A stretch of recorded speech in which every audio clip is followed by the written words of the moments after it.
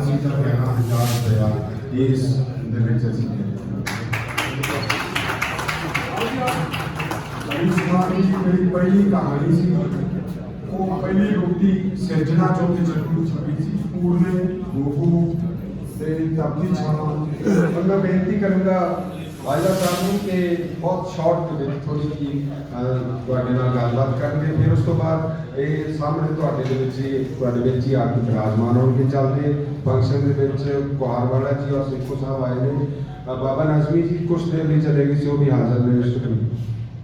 अफजल साहब मेरे दोस्त ने और कर्म भी करते हैं कि बहुत ज़्यादा बोलते नहीं तो फिर मेरे को रखे भी थोड़े से हम टाइम में थोड़ा बचे है तो बहुत बढ़िया गल होगी, छेती छेती मुक जाएगी।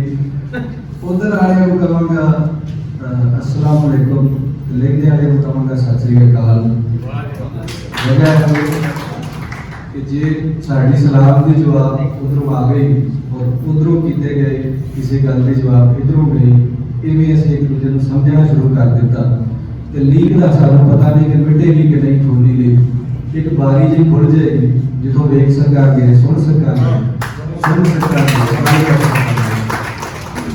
तो साहब जिहड़ा है या सुलेख जिहड़ा या अदब या लिटरेचर शायद मेरे अल्लों एक ऐसी बारी होंदी है जिहड़ी अमन नाल लैके जाती या वो रगड़े देनों खाती है जिहदी उड़ीक सानू सब मेरे बड़के भी बैठे ने, मेरे संगी भी बैठे ने, वो सब का मैं शुक्रिया करांगा करांगा तुसीं आए। एक गल मैं छेती नाल छोटी जी कर दिया है और हर फोरम पे करना आपके दो न्यूक्लियर पावर्स ने इंडिया और पाकिस्तान और इन्होंने बॉर्डर मुख्तलिफ मुल्कों में लगते हैं। साढ़े इधर ईरान अफगानिस्तान और चाइना और भी चाइना नेपाल श्रीलंका बांग्लादेश सब में लगते हैं। लेकिन एक बॉर्डर ऐसा है जिथे नाटक होता है, हर रोज होता है, हर शाम होता है। उत्थे मेरे अगे तुहाडे अगे मनुख जाते हैं तो बह जाते हैं, हर उम्र के हर जेंडर के हर बैकग्राउंड के। और सानू नाटक ही विखाया जाता है कि वेख मेरी लाश ते जाती कि तेरी लाश ते जाती।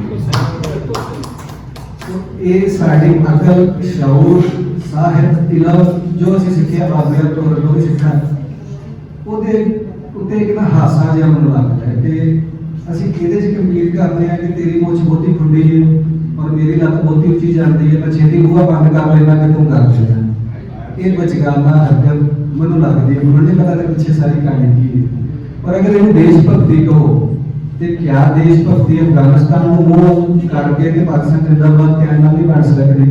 इंडिया कहोगे चाइना के बॉर्डर पर जाके कहोगे इंडिया जिंदाबाद तो फिर भी तो देशभक्ति साबित हो सकती। वजह की है कि पंजाब का बॉर्डर उत्थे क्या सारा कुछ क्यों होता है जो तुम मूवी बना रहे सर इंज का थां बना के जिथे अदीब शायर आर्टिस्ट और आम लोग मिलन अपनी कोई गलबात कर लैन तो चीज़ साझी कर लैन, कोई लड्डू लैन, कोई टमाटर पनीर की गल कर लैन, छोटी मोटी मुड़ के अपने मुल्क वापस आ जाए।